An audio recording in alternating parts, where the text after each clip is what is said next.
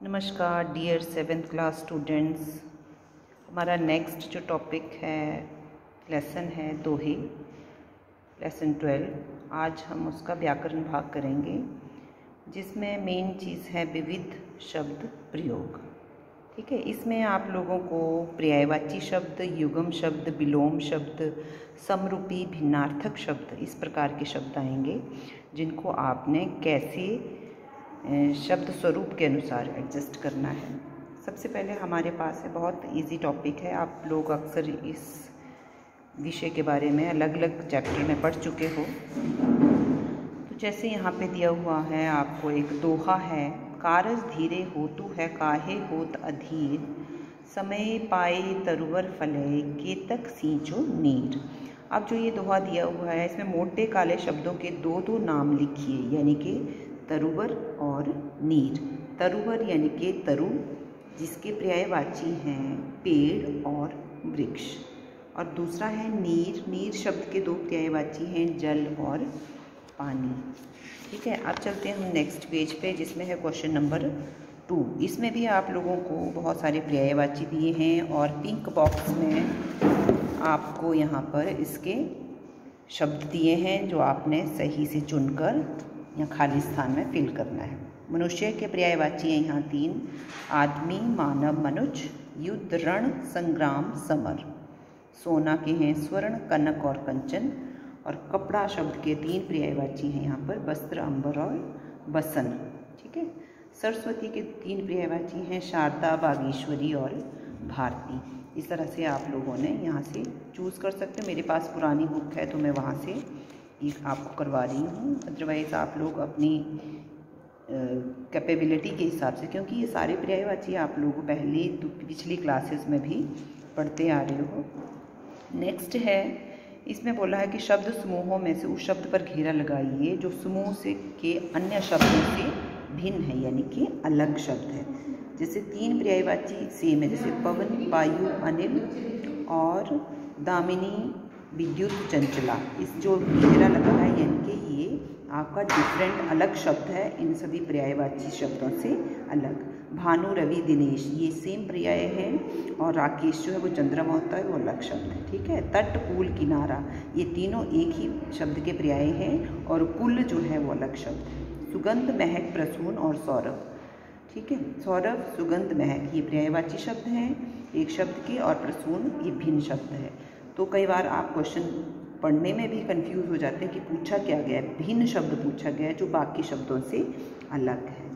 Next है हमारा question number 4। इसमें देखिए ये चीज़ें, ये वाक्य हैं, नीचे दिए गए शब्दों में के एक से अधिक अर्थ हैं, उन वाक्यों में इस प्रकार प्रयोग कीजिए कि उनके दो अर्थ स्पष्ट हो जाएं। तो उसने कर कमलों से दान किया, कर हाथ, उस पर कर बकाया है टैक्स, यानी कि एक शब्द के अनेक अर्थ। ठीक है, अनेकार्थक शब्द इनको हम कह सकते हैं।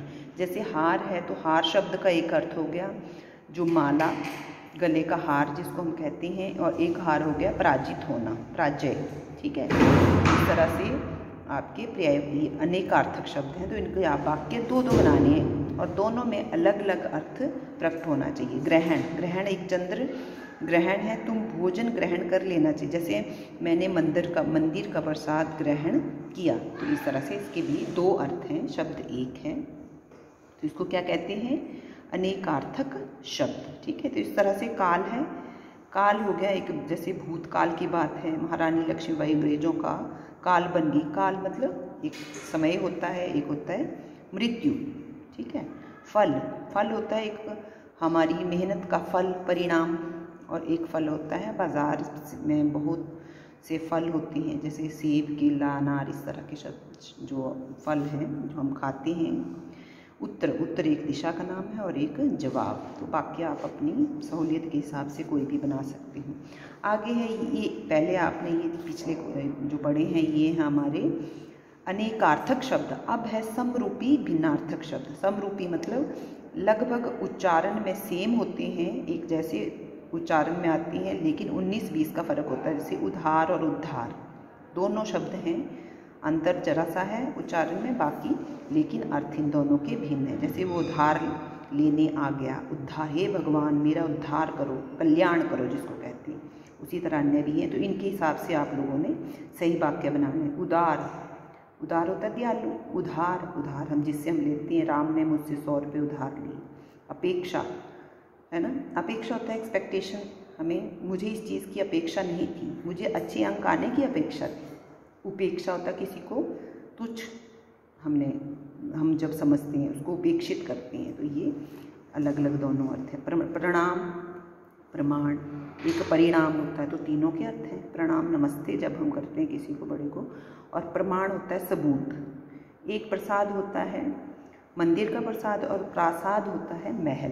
तो इन दोनों अर्थों के हिसाब से आप लोगों ने वाक्य बनाने हैं। फिर नेक्स्ट है हमारा युग्म शब्द। ये तो आप शुरू से करते आए हो, छोटी क्लासेस में भी आप लोगों ने युग्म शब्द किए हैं। उलट पलट, इसके यहाँ पे ऑप्शन पिंक बॉक्स में दिए हैं। घास फूस, चमक दमक, जीव जंतु, पालन पोषण, भूख प्यास।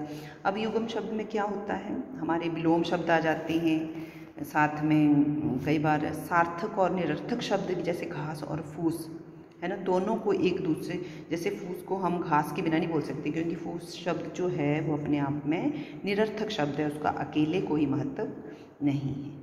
ठीक है। फिर है विलोम शब्द। तो विलोम शब्द वाक्य के रूप में भी ऐसे आप प्रयोग करने के लिए आ सकती हैं, और अकेले, जैसे तिमिर का मान लो विलोम शब्द पूछ सकती हैं। उल्टे अर्थ वाले शब्द, विपरीत शब्द और विलोम शब्द, ये तीनों एक ही चीज़ है। तिमिर होता है अंधकार, अंधेरा, इसका विलोम शब्द होगा प्रकाश। स्वार्थ निस्वार्थ, तरल ठोस, अनुकूल प्रतिकूल। ठीक है। और ये क्रिया है, क्रियाएं आप जानते हो, कर्मक क्रिया और अकर्मक क्रिया। ठीक है, दो क्रियाएं हैं, जैसे जिस वाक्य में कर्म लगा हो उस कर्मक क्रिया, अब और जिसमें नहीं लगा हो कर्म, सिर्फ अकेली क्रिया हो, वहाँ पर अकर्मक क्रिया। जैसे रवि अपने कपड़े खुद धोता है, कपड़े, यहाँ कर्म कौन सा है, कपड़े। मीरा ने एक गाना सुनाया, सुनाया क्रिया है लेकिन कर्म क्या है, गाना। और दूसरे में खाना आपका कर्म है, कहानी आपका कर्म है, चावल आपके कर्म है। ठीक है। तो इसमें बताना है कि क्रिया कौन सी है और कर्म कौन सा है। और ये देखिए, ये चीज़ है आपको एक नई, नेक्स्ट अमीर गरीब, अमीर और गरीब, ये आपको 8th क्लास में डिटेल में पढ़ने को मिलेगा। ये आपका एक तरह का समास है जिसको कहते हैं द्वंद्व समास। ठीक है। समास के दो भाग हैं। समस्त पद, जब हम योजक चिन्ह लगा के करते हैं तो वो समस्त पद होगा, और जब हम और लगा के इसका अलग से विग्रह करते हैं तो ये हमारा विग्रह रूप हो जाता है समास का। ठीक है। जिस समस्त पद में दोनों पद प्रधान हो, जैसे अमीर गरीब दोनों सेम है, वहाँ द्वंद्व समास होता है। विग्रह करते समय, विग्रह करना होता है अलग करना, योजक के स्थान पर और का प्रयोग होता है, और तथा भी हो सकता है, अथवा भी हो सकता है, या भी हो सकता है। ठीक है। जैसे कि ऊपर लिखित उदाहरणों में हुआ है। ठीक है। तो ये समास है, याद रखना है, 8th क्लास में आप इसे डिटेल में पढ़ेंगे। और ये विज्ञापन है, आप लोगों ने जैसे पूछा गया टॉपिक के हिसाब से आपने इसको अच्छा सुंदर तरह से बनाना है, कलरफुल बनाना है, और उसके बारे में कुछ आप लिख भी सकते हैं। एक और है स्वास्थ्यवर्धक पेय पदार्थ। ठीक है। तो ये हमारा विषय था, मेन था विविध शब्द प्रयोग, कैसे हम भिन्न भिन्न प्रकार के शब्दों का प्रयोग कर सकते हैं। तो आप लोगों ने ये चैप्टर कंप्लीट करना है और अच्छे से अंडरस्टैंड करना है। ठीक है। धन्यवाद। आपका दिन मंगलमय हो।